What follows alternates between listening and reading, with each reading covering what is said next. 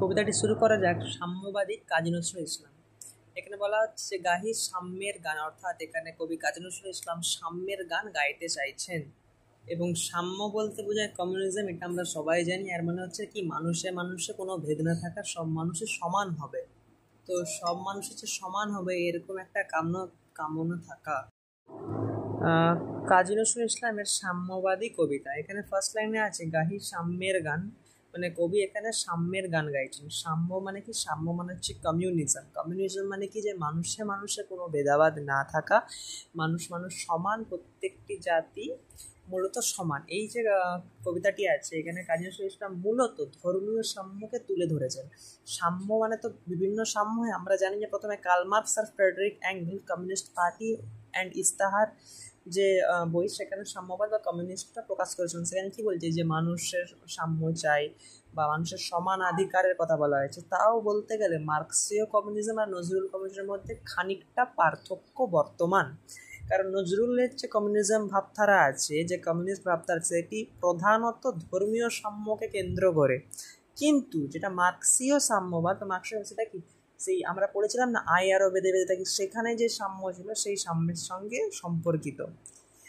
যেমন হয় অর্থনৈতিক সাম্যবাদ, তেমন টাইপের, ঠিক আছে। সেটা হচ্ছে মার্কসীয় কমিউনিজম, যেটা ডাস ক্যাপিটাল বা ওখানে যে সমস্ত লেখা আছে। তো এখানে আমরা পড়বো সাম্যবাদী কাজী নজরুল ইসলামের।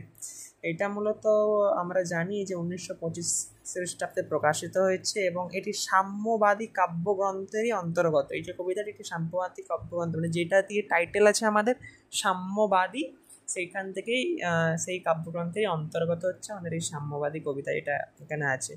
আর আমরা এটা জানি যে লাঙল পত্রিকা কাজী নজরুল ইসলামের নিজস্ব পত্রিকা ছিল, সেই লাঙল পত্রিকাতেও এই সাম্যবাদী কবিতাটি প্রকাশিত হয়েছে।